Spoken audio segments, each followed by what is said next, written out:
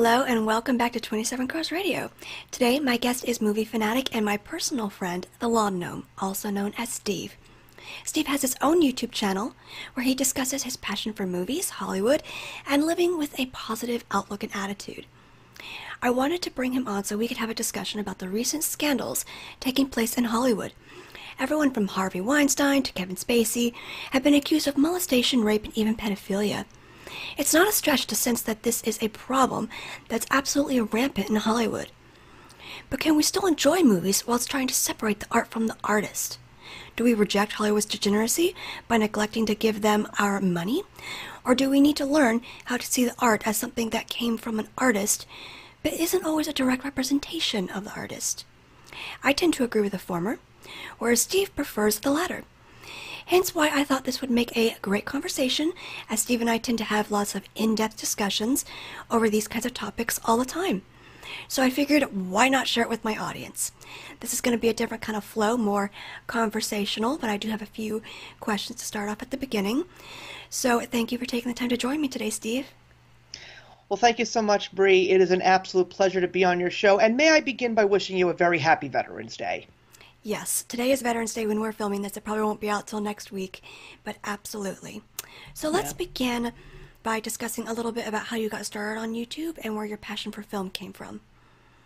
Okay, that's always a great question that I always enjoy answering. Well, with me, when it comes to movies and television shows and pretty much anything pop culture, this was at a very, very young age, when I was in my infancy to a certain extent even. My parents just introduced me to children's programming like Sesame Street and Mr. Rogers' Neighborhood, and as myself as an individual, it all evolved from there. And it was in my college years where I always loved talking with friends and family who was willing to listen about anything entertainment. But what I've always wanted to do, was to be, sort of a professional analyzer or a critic to a certain extent, but I didn't know if I was ever going to get that chance. So Amazon came along when they really started to branch out from just book sales, and they gave people opportunities to rate and review their products. So I said, there's a great avenue for me to try. So I started writing a lot of reviews on there while I was rating movies and everything else in between. And then just when YouTube came along, I used it for movie trailers just to watch that stuff, and a couple of silly cat videos like everybody else found YouTube on. And then I just found this 13-year-old kid just reviewing movies like a professional, and I just said to myself, I wonder if I could do that. So that was basically where my channel, The Lawn Gnome, came to be, and it is quite crazy to believe that next year will be my 8th year on YouTube. That's impressive, because I think I've been on YouTube for a total of maybe 4 years. I started in the beauty community, then I went to the book community, then I went to more political analysis and society and cultural stuff. So to be on the same thing for as long as you have, I think that's an accomplishment. It shows tremendous focus. Well, thank you very much. That's very kind of you to say. And I've been following you for, I think, about 3, maybe going on 4 years now. I think I discovered you in the BookTube community. I don't think you discovered me through my eye makeup tutorials. No, I don't think so. But I gotta say, watching you and talking to you when it came to the BookTube community, let's just say it has been one crazy and wild ride. It has. I mean, we kind of been through a lot together as far as friendship and being on YouTube and stuff. Absolutely. I wanted to have you on today so we could discuss whether or not one should go see a movie, even if the actors or directors have a complete social justice viewpoint, and if they're explicitly anti-white. So why do you claim that maybe we should learn to separate the two, or, what are your thoughts? Well, that's a very interesting question, and I hope that I can answer it to the best of my ability. And I definitely understand that where it comes to specifically movies these days, and television shows to a certain extent, I'm seeing that a lot. They're really trying to take a political view, and they're really trying to drive certain things home to people, like accepting other people from different backgrounds and diversifying the cast of characters. I mean, the whole thing with, the Oscars are so white, that right off the bat, I was annoyed by that. But for me, I think the reason why I've taken the course that I have in regards to still feeling that movies are a form of entertainment and separate the art from the artist is merely because of the fact that I have never been a fan of celebrity. Like the subculture of celebrity? I have never been someone who cared for gossip columns. I was someone that never cared for people who were ranting and raving about certain actors or certain film stars or certain music performers. Like, I never had wall-to-wall posters of famous faces on my walls, like some kids, like especially from a female perspective, pictures of the Backstreet Boys or NSYNC, or going back to my youth, New Kids on the Block. I never had that. I always despised, to be honest, the actors because I always found them to be nothing but stuck-up snobs. People who were making so much money and not really using it for good causes, even though there are those that claim that they were doing things for good causes. You don't know. They're making money off of these advertisements for good causes. And if there was one thing that I had discussed with my peers and with family, particularly people like my father, he always said to me that these types of people were not good people because they think that they are better than everybody else. And you even see that when certain people were caught in crime and that they weren't really given the treatment that the average person is for the exact same crime. And it was just a matter of time where someone was going to start realizing that this is wrong.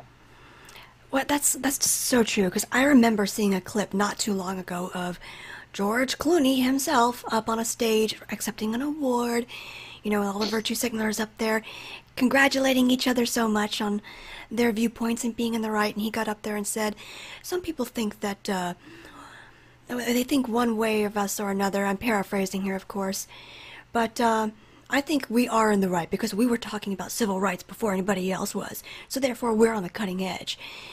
And just belittling the audience out there, saying, well, we were talking about it first, therefore we are more moral.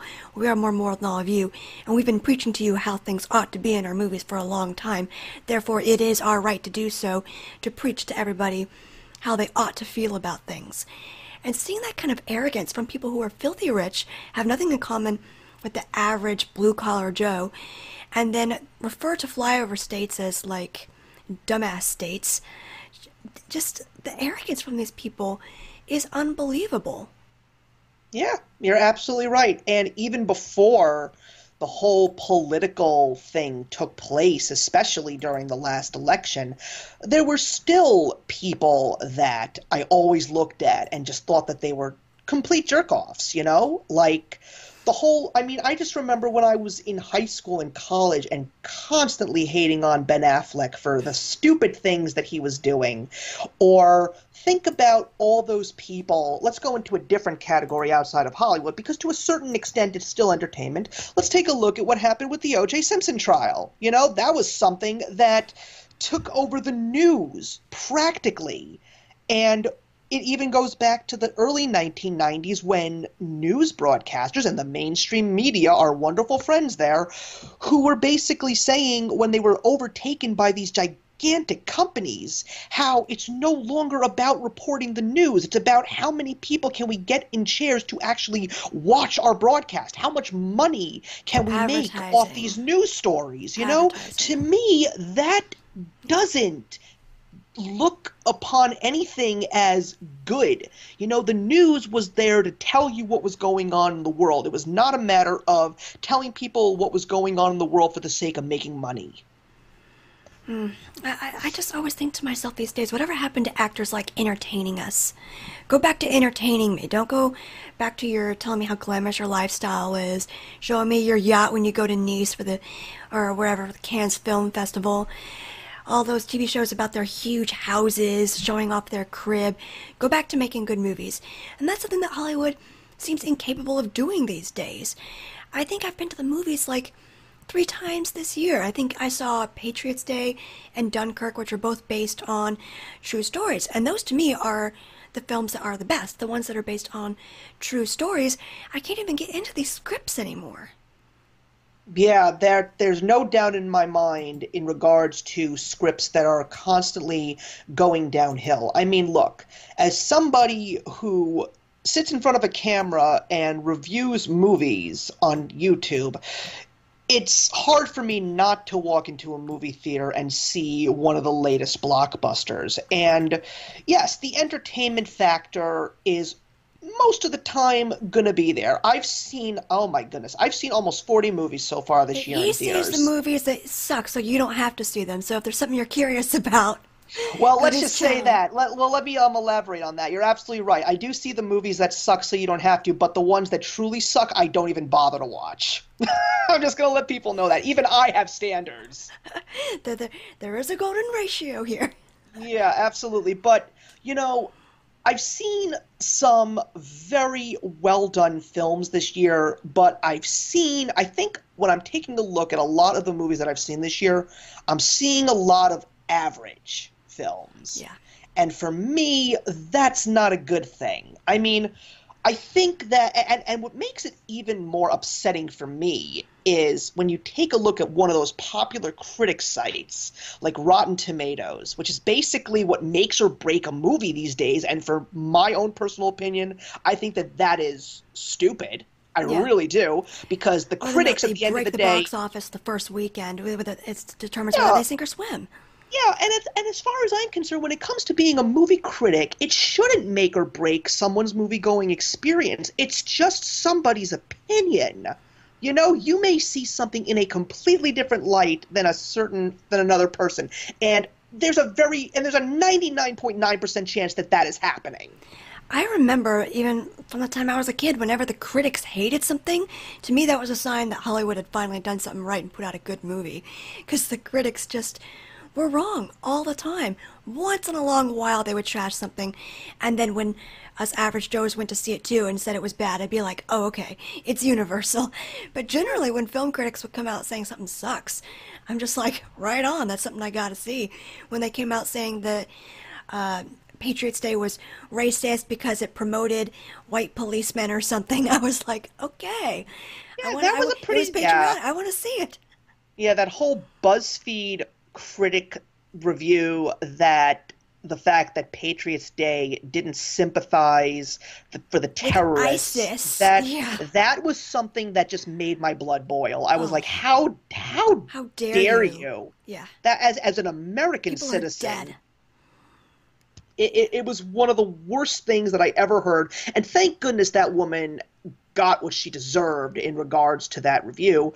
Oh, did But she? I didn't hear about that. I read a little bit, like, people really ragged on her for what she said because it was a stupid thing to say. I'm sorry. It's a stupid thing to say. But let's take a recent movie that just came out this week, a couple days ago. What am I talking about? Last week, Thor Ragnarok. Okay? Now, I'm a kid that read comic books, okay? I loved my superheroes from a very young age. And I've seen comic book movies going back to the Richard Donner Superman film. So I've seen a lot of that stuff. And it was nice to finally see some comic book based films that were actually being looked at as very good pieces of film work rather than B-rated cult classics like they used to be. And They can bring them to Mar- life now like they couldn't before. yeah, and Marvel had a very good thing going for them. They were making some very good movies, and unfortunately, after they got to Captain America the Winter Soldier, something happened. Something, And yeah, Captain America Winter Soldier was my favorite of the Marvel superhero movies, and after that, I haven't seen any. no, They it's just don't just spark my curiosity, and yeah. they started getting cliche. The writing just went downhill. You could very much see what they were trying to push in there. And I think you actually said that DC was going a different route, right? Yeah, well, I'll get to that in just a second. So I saw Thor Ragnarok. I mean, look, the trailers looked great. I wanted to see a fun, entertaining movie. It looked like it was going to be interesting. And what upset me the most was the fact that all of the seriousness and the drama was gone. It was a flat-out comedy. And as someone who is also trying to find a good comedy these days, because I'm having serious issues with comedy films, this movie, while it was fun to watch, and yes, I laughed at the jokes, but it was not a good story. The plot was shallower than a frickin' kiddie pool. Like, I couldn't believe, like, I'm watching this movie and I'm like saying to myself, how dumb do you think your audience is? Like, do you seriously have to turn it into something like this just for the sake of having people enjoy their films? And that's the main reason why a movie like Batman v Superman got trashed at the box office, because it was everything that Marvel films were not. This was a movie that was directed by a true comic book fan. This is a guy that wanted to give the fans a true look at a great Batman and Superman film. He made it dark. He gave a very complex story. He made the action sequences as epic as they possibly could, and there was barely any comedy thrown into that at all. But the reason why it got trashed at the box office, a lot of people didn't like the story. Well, here's another problem. That's another issue that I have with Hollywood, and that's the fact that when a director is trying to tell a good story, the company starts to take control, saying, no, your movie can't be made this way because it's not going to get the people in the seats, especially when the original cut of that movie is rated R. They said we can't get the kids in, but at the same time, a movie like Deadpool, which was rated R, there were 6-year-olds in my theater. And that was not an appropriate movie for kids. Absolutely not. Absolutely not. There were some adult jokes in there.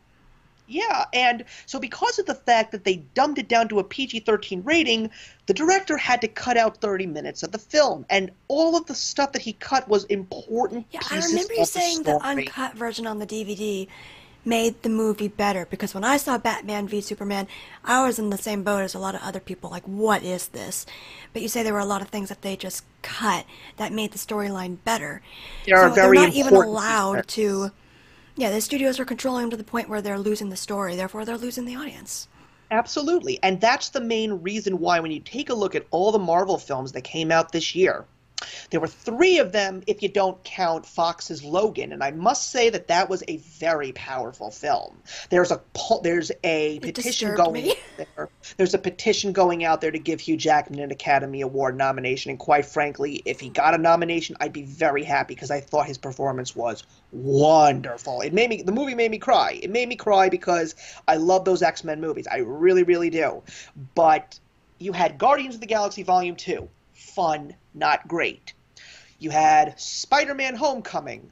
Fun, simple, but it's supposed to be simple because it's about a teenager. So there's an excuse there. However, it did have an excellent villain. I thought Michael Keaton was great.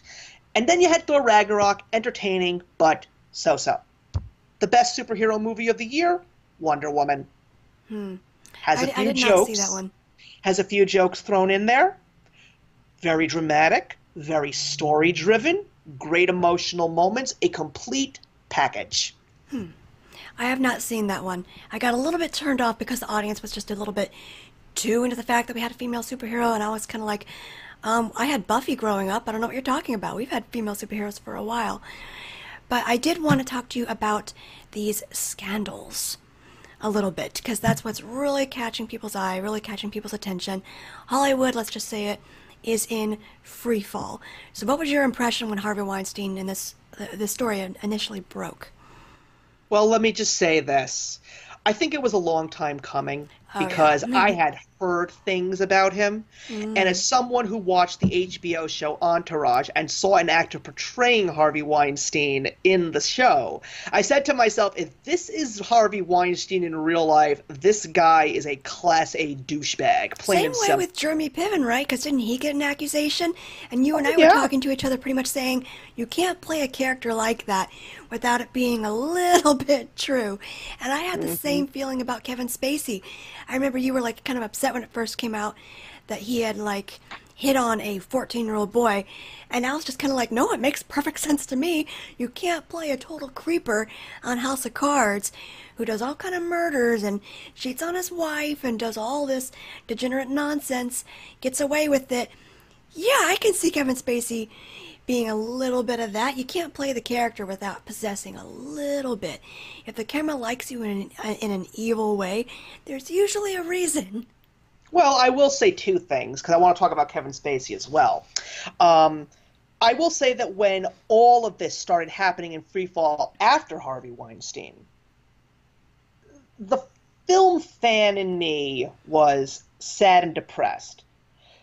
But the political conservative Republican me was grinning from ear to ear because I was so happy to finally see these elitists being taken down, which is something that should have happened years ago. And Woody Allen came out saying it's going to be a witch hunt, and I'm like, good. Oh my goodness! If there's anyone that I thought that deserved, if there was any person in Hollywood that I thought deserved to be hit with one of these problems, it was Woody Allen. I never, or Roman Polanski. Never care. I don't really care much for Roman Polanski because I really don't know much of his work. But Woody Allen is someone that I absolutely despised for years. Yeah, I mean, every body part that I could possibly cross on my body is waiting for an accusation on Meryl Streep. Trust me, I'm waiting for something. I really am, but I have a feeling it may not happen. As good as she actually portrays herself to be, she's hiding something. She's hiding something. I have a feeling there. Go ahead. But in regards to Kevin Spacey, yes, you're right. I was upset at the beginning because I feel that if someone comes out with an accusation of something that happened 30 years ago, and then immediately there was no denying, there was no trying to cover it up, there was no paying off anybody. He literally went live and said, I don't remember this happening. I was probably drunk. But if it did, I am sorry. Okay, at least he was willing to be a man and apologize. But when more accusations started coming around, and not just accusations of more recent events. Yes, people are like, no, you're not walking away. No, I walked away immediately. This guy's a creeper. I washed my hands clean because I felt that, I mean, take a look at what's happening in politics now with Roy Moore, and I am blown away by how hard he is defending this. I believe in innocent till proven guilty. I truly do. This event happened in the 1970s. The 1970s was a pretty crazy time in regards to free expression, I mean, for crying out loud, there were adult film theaters in Times Square, right? In Times Square, there was porno everywhere. So the 70s was a weird and wild time, but at the same time, I appreciate the fact that he's trying to give a good fight, but he's got to be careful because because that's the thing. There's only accusations. There's no proof. There's a lot of accusations everywhere now, but no proof. Do I want the proof to come for some of these people? Absolutely. If there's anything that made me so happy yesterday, it was the fact that the liberal golden child George Takei was accused. Oh, God. I'm so glad that douchebag went down, or at least is seemingly being taken down. He's a lunatic. He came out saying that Trump was going to have internment camps for Muslims as soon as he got elected. And even in my Celebrity Dickbags video, I was just like, what is wrong with you? No, it's just so funny how they got on their soapboxes and they preached, and now some of them are, and the part that's making it even happier for me is the fact that it's now Hollywood versus Hollywood. There are celebrities that are rising up to fight these people. People like Corey Feldman. People like James Woods. I like James Woods. His Twitter is epic. I love James. I've been a James Woods fan ever since I saw Hercules in 1997. He's always been one of my favorite actors. And what I'm also really appreciating is the fact that a lot of the conservative actors in Hollywood right now, like the Sylvester Stallones of the world and the Jon Voights of the world and the Bruce Willises of the world, I'm happy that they feel at this point in time that it's really not their fight. At this point in time, they've got nothing to hide, nothing's coming out on them. And it's like, until it becomes your fight, don't worry about it. Just let it all happen. I appreciate that about them. I really do. How do you feel about Tim Allen earlier this year when he came out on a late night show and said, oh, clearly you're only allowed to have one opinion in Hollywood, insinuating that Hollywood was predominantly leftist, and a couple days later his show, I think it was called Last Man Standing or Standing. Yes. Last Man Standing. It got canceled. And I've seen a few episodes of that show. It was really good. And it was like the only right-wing show on television. On mainstream television, anyway. Yeah, I mean, listen, I've never been the biggest Tim Allen fan. I had nothing against the guy. I mean, look, he's Bud Lightyear in Toy Story. He was in Home Improvement, which was a classic family show. I grew up with that show, yeah. It was a great show, and I honestly, when I first heard about it, I was like, Last Man Standing is still on the air? Like, I never even knew. I'd seen a few episodes. It was cute.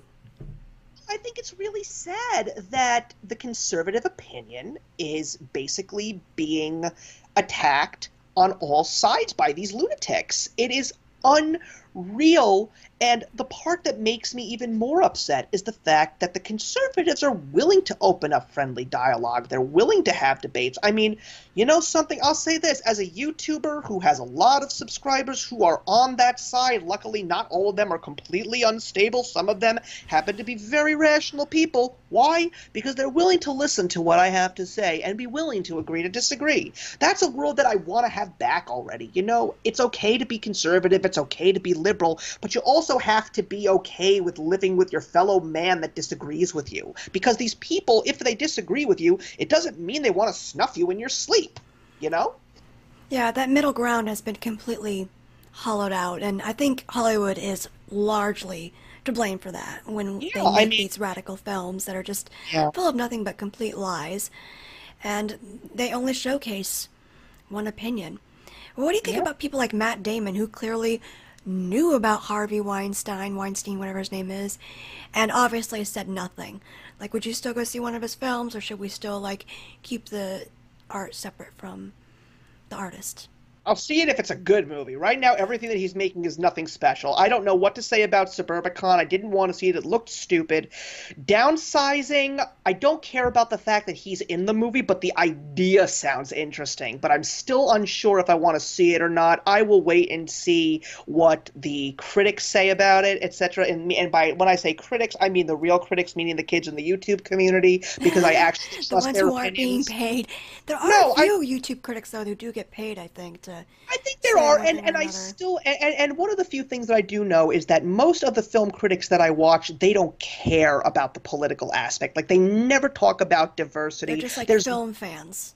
Yeah, it's just like, I care about the movie. I want to enjoy the movie. I mean, Matt Damon, to me, was never one of my favorites. Do I think he's a good actor? I feel that he is good at what he does in his craft. Do I care about him as a person? No, because as I said earlier, celebrity is not my bag. I don't care about the actors. I don't care about their opinions, because it is what it is, and they can just live their lives the way that they want. But why did he keep quiet? For the same reason that so many of them... He had enough power to make it matter.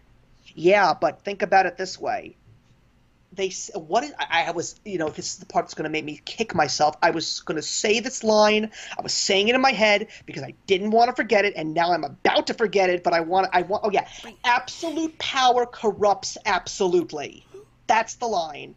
And that's the problem. It's like a lot of these younger actors, and even those who have been in the business for many years and have that power, they know that if they lose it, what the hell do they have? You really think they're going to want to work at a gas station after that? You really think they're going to want to go into insurance sales for the rest of their lives? Absolutely not. They don't want to lose the keys to the effing kingdom, Bree. They do not. They want the power, they want the money, and they have to go with what the system tells them to do in order for them to stay within the system. It's and the soul. Absolutely. I mean, you want to know something? I've had this conversation with many people. People always ask me, what would happen if you suddenly came into $1 billion, if you were ever able to actually have that kind of a life? It would probably change you. It would turn you into one of them. And I keep trying to tell people the answer is no. And that's another reason why I frown upon most people in Hollywood. What is one of the few things that they didn't have in common, that they all have in common? And I'm pretty certain that this is the case. If I'm not, people, I want you to let me know if I'm wrong. Believe me, my audience will let you know. what the hell were their parents like? Yeah, that's a legit argument. I mean, were they pushing them to be in Hollywood? Because a lot of these parents, you see these parents on these shows with little girls wanting to be in pageants and wanting to be dancers and movie stars, and a lot of times it's this totalitarian parent pushing them into it. Because So who why? knows? But why is that? It's because of the fact that this is my cash cow. Okay. So you see, again, I don't know about these lives of these celebrities because, again, I don't care about celebrity. I don't watch True Hollywood Stories. I don't care. But I More wonder people what need to their not care because they look at I these people like yeah, they're I just wonder what their gods. family lives were like. Did they come from nothing? Did they come from abusive lifestyles? Did they Does money lead to abusive lifestyles? Oh yeah, yeah, listen, it's not a denial. There is a lot that can corrupt a person when it comes to money. I mean, oh goodness, in one of my favorite movies, Boiler Room, it says if someone says that money is the root of all evil, they say it means they don't fucking have any, you know? But that's one of the few questions that I ask myself. It's like people who follow in the system, they'll obviously get the good life. But now I'm starting to wonder, in regards to all of these scandals that are being found, what about a lot of these actors and actresses that didn't follow the system, the ones that did say no? I'm wondering, I'll just mention a few names, if I may. Let's look at Corey Feldman, for example. Let's talk about the late Corey Haim. Let's talk about Lindsay Lohan. Let's talk Elijah about Woods. Elijah Wood, who is one of my favorite actors. Let's talk about the late Jonathan Brandis. Let's talk about the late Brad Renfro. I'm wondering, why did these people go towards drugs? Why did they go to committing suicide? Was it because they felt weak because they were being overpowered? Was it because of the fact that their parents didn't want to listen to them because they were having all of these problems? Because look at Lindsay Lohan's mother. She's a nut job. Look at Lindsay Lohan in The Parent Trap. One of the best performances of a Yes, that was one child of my star. favorite movies as a child, and I look at Lindsay Lohan now after knowing a few things about her, knowing a few things about her mother and her home life, and it's just disgusting. You can see how she got to be the way she is just from the Yeah. parenting she received. But when you talk about people like Corey Haim, it makes me wonder, as you said, what did they experience that drove them to suicide? Were drugs a coping mechanism for the pedophilia that takes place in Hollywood? Did they have to Yeah. sell their soul to get a certain part and they couldn't live with themselves? Or were they a helpless victim and they were being targeted? Or they threatened to speak and they were tossed aside? Yeah. We'll never And know now. yeah. Well, ironically, there's now an accusation against Charlie Sheen about him That molesting doesn't Corey surprise Haim on me. the set of Lucas, Hmm. which was Corey Haim's big breakout role. And Mm-hmm. that led to him meeting up with Corey Feldman, and they made movies like The Lost Boys, which is an 80s classic. And look at Corey Feldman's career as a younger kid. He was in the television adaptation of The Bad News Bears. He was in Gremlins. He was in The Lost Boys, obviously. He was in The Goonies. He was in all of these great movies, and yet all of a sudden, he and Corey Haim are put in these stupid movies like License to Drive, and all of a sudden there are issues upon issues upon issues. Why is that? We now are starting to Hmm. get a little bit of a story on Corey Feldman's end because he's he's playing whistleblower, Yeah. and I admire him for that. I think he should be. And he'll be demonized and everybody's saying he's lying, I'm sure. Well, he's trying Or to why bring didn't the you speak proof. out earlier? Yeah.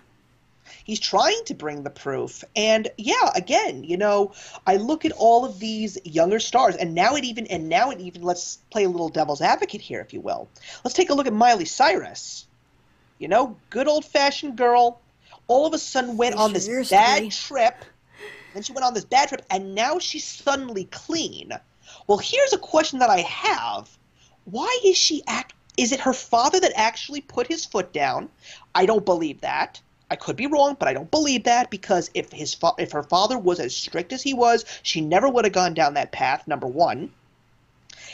but now is she now no longer possibly biting the hand that feeds her?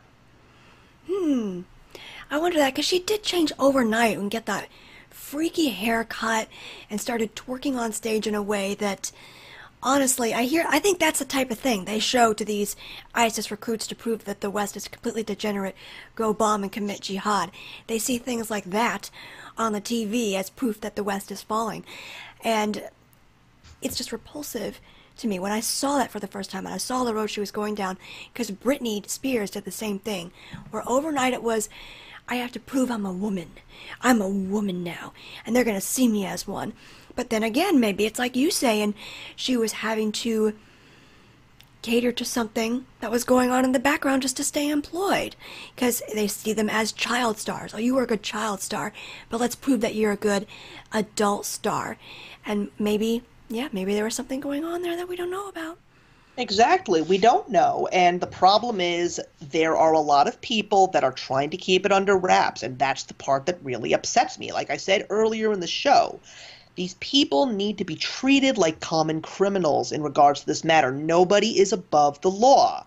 You know, it's great for me because it's basically all the conservatives pushing all the rhetoric that the Democrats were spewing when Trump got elected president. How they were constantly saying he's not above the law, he's not above the law. Well, you know something? Kevin Spacey, Harvey Weinstein, you know, these guys are not above the law. And it's not just guys. That's another thing that I noticed when I was on Twitter earlier today. Not today, but a couple of days ago. There were people that were sending tweets out because they're turning this into a only white thing. They're turning this into an only male thing. I'm sorry, but proof of male patriarchy, blah blah blah. I want the women exposed. Me too. And I want all. Because you know they're in on it too. I want all race, ethnicities, and creeds exposed in Hollywood. They're all there, of all shapes and sizes, and there should be no, and I repeat, no double standard into weeding each and every one of these people out. Because I could just see someone of a different race who's non-white getting accused of something and people coming out to bat for him like, no, this is explainable. But then collectively, this is proof of white male patriarchy and the superiority that men feel authority over women, blah, blah, blah. I could just see something like that happening. It's a really scary, I gotta say, it's a really scary time to be a man in this world, you know? Oh, God, I mean, it's gotten to the point where I work with a lot of women. I work in nonprofit. There's a lot of people that are working with me who are women, and I am so uncomfortable to just walk up to one of them and just say, I like the shirt you're wearing. You know, right, because the wrong woman would hear you say, like, nice boobies. That's what they would think. Look, and make a complaint to Human Resources. I am a one-woman guy. I have been happily married for over a year. I love my wife with all my heart. I look at women as additional human beings in this world right now. I don't look at them as sex objects. I don't look at them as anything else than just other human beings. And I don't understand why a man cannot compliment a woman on an article of clothing that she's wearing or just how she looks for just the sake of being nice. Because when a woman comes up to me and says to me, oh, did you get a haircut, Steve? What am I going to yell? You're sexist? It's sexual harassment? No double standard. I'm sorry. There's nothing wrong with a guy being a nice guy. There's nothing wrong with that. Well, I think that's why you were able to find a good girl and get married, is because there's a shortage of nice guys out there, or they're really difficult to find. Well, what is it? You're gonna always, you know something. Can I do this? I hope I won't offend anybody, but women for a woman, like trying to find a woman for me was like trying to find a good you were going to say a woman like me. Yeah, a woman like me. No, I am not a trans person. I want to make that absolutely clear. No, I may sound like a 10-year-old girl, but that's unfortunately genetics. That's okay. I sound like I just can't even breathe half the time. So yeah, but anyway, you know, a woman for me, finding the perfect woman was just trying to find a good movie in a ton of dreck. You know, it's that diamond in the rough. You just have to find the right person. You got to find the right person, et cetera, et cetera. But also the other thing that I also have noticed in regards to the film world is the fact that a lot of people are now no longer going to the blockbuster. They're going to the indie I'm one film. of them. I'm one of them. Yeah. Indie film now is where the creativity really is. I saw a fantastic movie last week. I saw Wonderstruck. What I've a heard about this one. beautiful, original piece of work. I was so captivated by the creativity that went into this movie. This movie is 85% a silent movie. It's very well done. I highly recommend it. There are some people that don't like it, and they have all the rights not to like it. But I just really appreciated that movie. And there are people that are talking about movies like The Florida Project now, which is another indie film. And now that other one that I can't remember the name, like Three Billboards Over Something, Missouri, with Frances McDormand and Woody Harrelson. These are also the movies that are getting recognized at the Oscars now. I mean, last year's Oscars, with the little flub that they had, I take a look at Moonlight and La La Land. Say what you want about either of those movies, good, bad, or indifferent. I've seen both of them now. I will say that I think that La La Land is the better movie in terms of an overall entertainment scope. But I can understand why Moonlight won. And that's the reason why I feel that movies should win these kinds of awards. They do something completely unbeknownst to the movie-going public before. They break barriers. They do things that have not been done before, or for some reasons not been done in a while, which is why La La Land got all the praise. It was a Hollywood musical. When was the last time we saw a Hollywood musical? It's why so many people are excited for The Greatest Showman, starring Hugh Jackman, because it's going to be a musical based on the original musical P.T. Barnum. Yeah, I got to the point where I don't even watch the award shows anymore just because the self-congratulatory attitude just got to be too much for me. And when I was a kid, I enjoyed that kind of thing. I was into the celebrity a little bit as a kid before I started getting really turned off by it and seeing these people for what they were, because I liked looking at the pretty dresses and all that. Yeah. But I remember back when I was a kid, once in a while when I'd see, I don't know, it just got to a point where I never, ever, ever, ever agreed with a single movie that was chosen for Best Picture, because I felt like each one I could tell you the political angle they were trying to push onto people and push onto people. So do you think there's room in Hollywood at all anymore for something truly original that isn't trying to push a particular message to squeeze in there? Are these indie films coming up to bat a little bit? Oh, I sure hope so. I mean, honestly, this year I haven't seen a lot of stuff that I would even deem Oscar worthy. I'm sorry to say. I'm just dying, and I'm probably going to be laughing my ass off when I see what gets nominated for Best Picture. I swear to God, because I am trying to figure out what movie out there constitutes as a truly great Oscar-worthy movie. I mean, Best Picture for me is my overall enjoyment of a movie.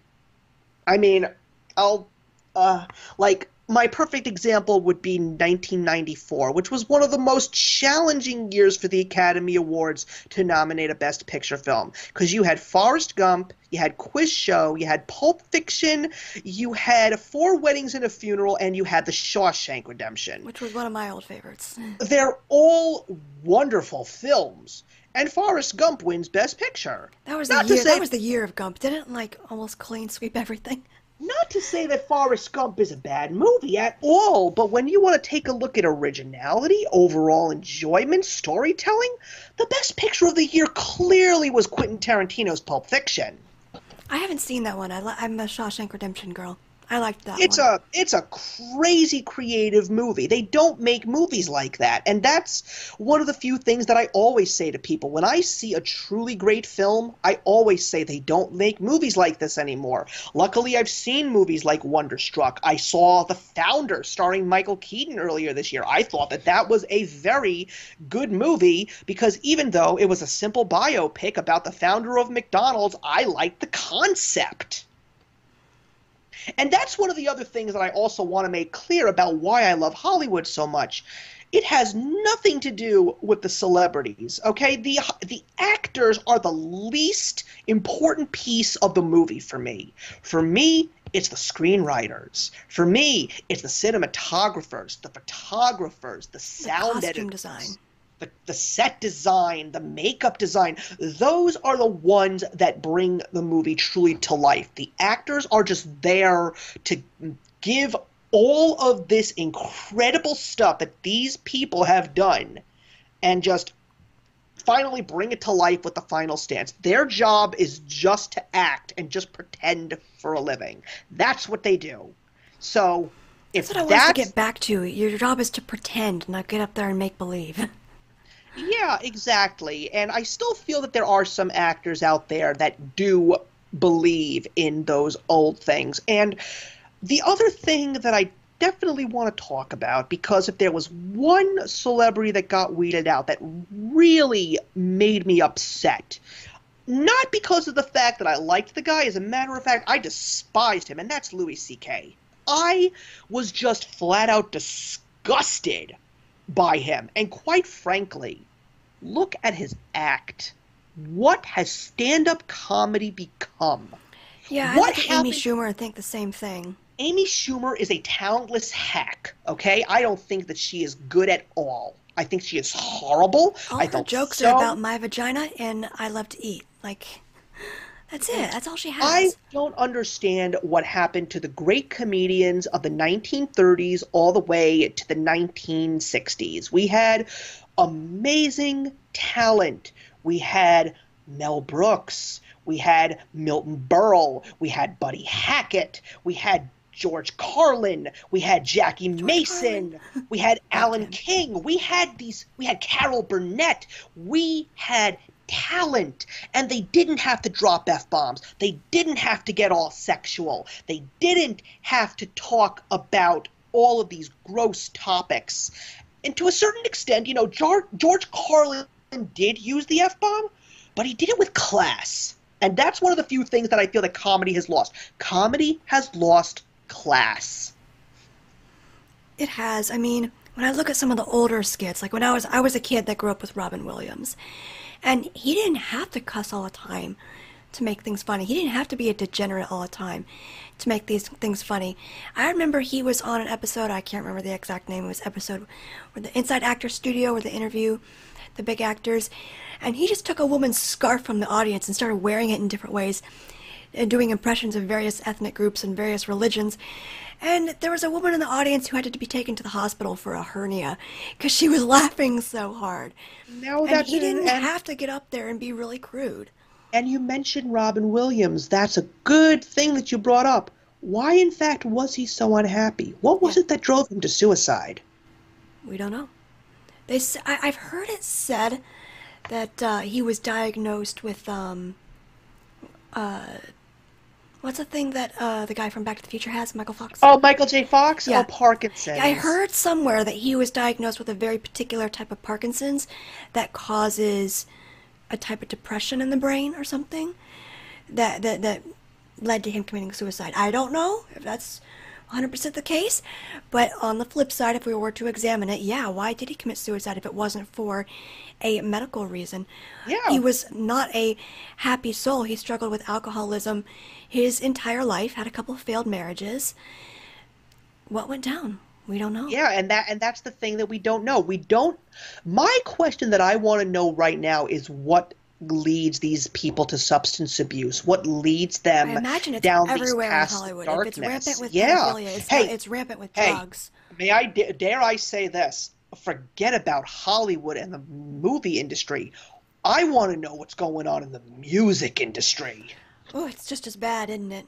I mean, for crying out loud, there are published books of groupies who slept with everyone from Jim Morrison to Jimi Hendrix. Disgusting. That is so degenerate. It's gross. And it's what I wonder. It's like, what is it about these rock stars? It's like, I want to know. I'm very curious about how many skeletons someone like Justin Bieber's got in his closet right now. Oh, believe me, he's got them. He's disgusting. It's like, and the tattoos and the smoking. John Mayer did the same thing. I loved John Mayer when he first came out, and he had these really catchy songs, catchy beats.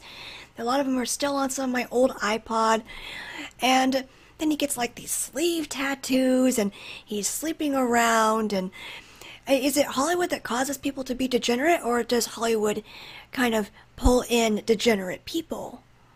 You know what's really funny? I think it might be both, but I think there's other things that I feel that could be a main factor. And I've been saying this to people. I've argued with this. I also think that one major issue with a lot of people who take these kinds of actions, I think that sorry about the stuttering. I also blame a lack of faith in people. I feel that religion is something that is being lost in this country. I feel that atheism, to a certain extent, not all the time, but I feel that atheism has taken down morality walls. Well, that's why a lot of atheists go to the left. Mm-hmm. But that's what I'm always saying. But I also feel that some of these people just didn't have great role models. I feel that having truly loving parents and a very strong family life, and yes, religion plays a major factor in a very positive family life. I think that's why Brad Pitt has managed to keep his head on his shoulders, because I hear that he's one of the few, when Gwyneth Paltrow came home to tell him what Harvey Weinstein had done to her, he went after Harvey for it. And although I don't agree with his later life decisions, everything with Jen and Angie and that garbage mess.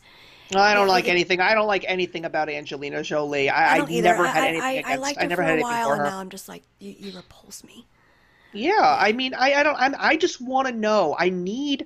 We need to do. I really believe that we are in need of a serious rapture to come in the world of entertainment. I believe that I want to see actors films come up. Yeah. No, I just want. I personally want to see those classic, wonderful styles of film brought back to Hollywood. That's what I want. I want the 12 Angry Men's of the world. I want the Apartments of the world. I mean, I also still feel that movies that do have a political sense, sometimes they can be used in the right direction. I think that one of the greatest films of all time was Network, because Network tried to talk about the corruption of the entertainment industry.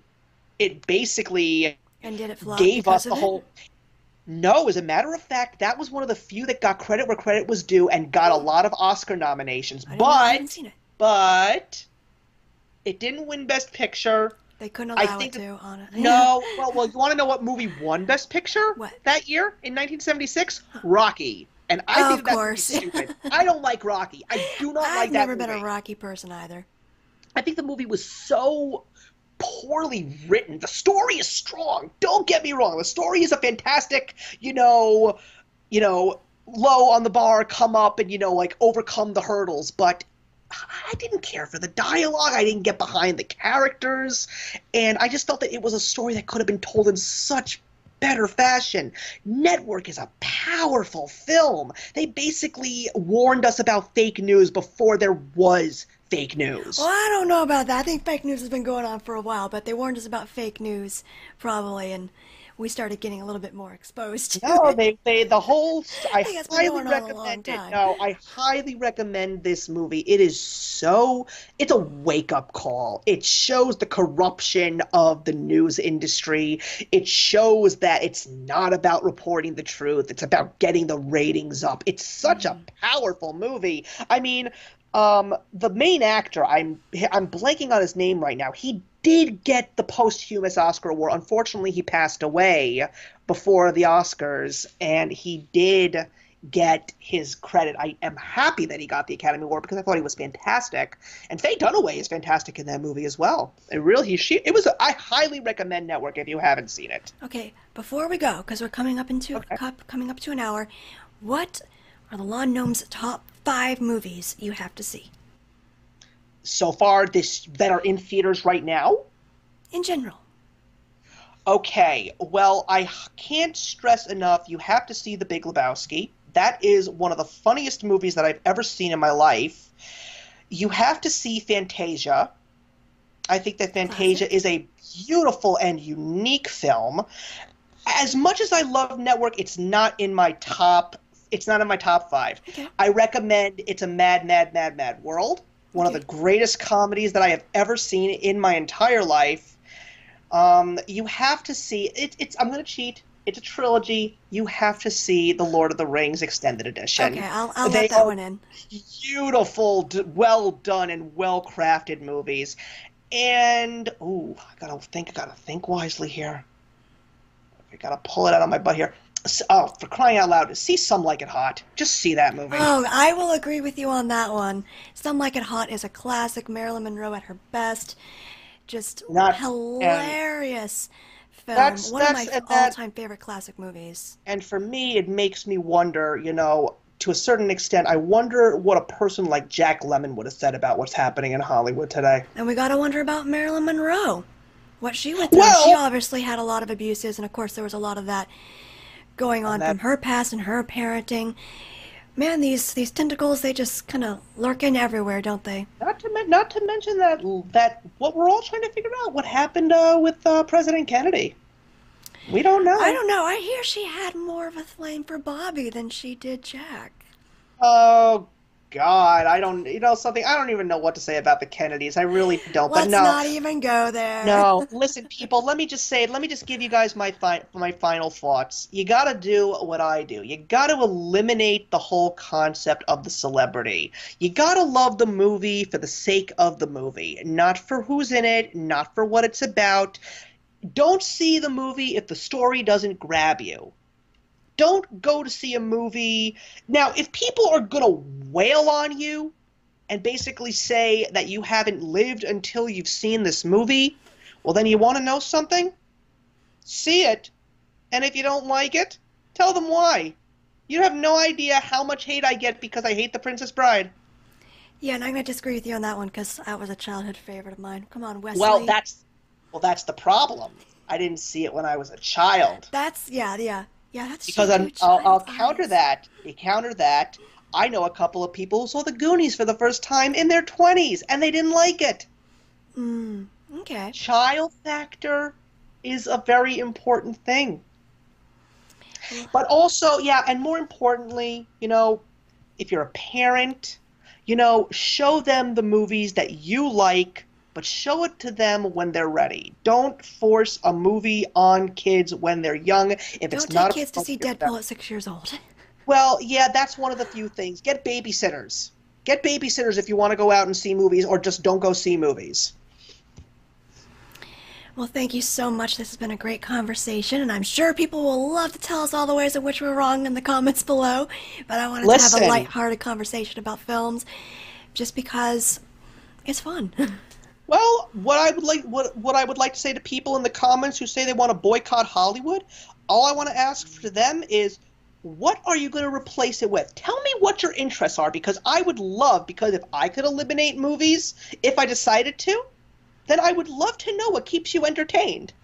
Yeah, what books are you reading? Or is it video games? Everybody has their What books do thing. you read? What sports do you play? What do you do for travel? If you are not so focused on movies, then you must be doing something else out there that's pretty awesome. I'm also just glad about the fact that we didn't have any serious issues to squabble about, because I know that you are a movie fan, Bree. I know you are. I always have been. It's just that they've been sticking their opinions down my throat, and I'm so disgusted by some of these people that And it's do gotten to the I point where I watch movies that are true stories, like Dunkirk. My favorite movie of the year, might be my favorite movie of like the last 5 years, because it was so well done. Okay, then would you be interested in the middle of January? There's a movie coming out called The Current Wars, and it's the story of Thomas Edison, Elon Musk, and a couple of other people. It was all about who was going to be the powerhouse in the electrical world. It's a Would you date. be Let's interested? let's come back and watch it It's a together. period piece, and I like period I pieces. love period pieces. The history buff in me loves period pieces. Let's call it a date. Now have you back on to do a discussion of that film after we both watched Yeah. it.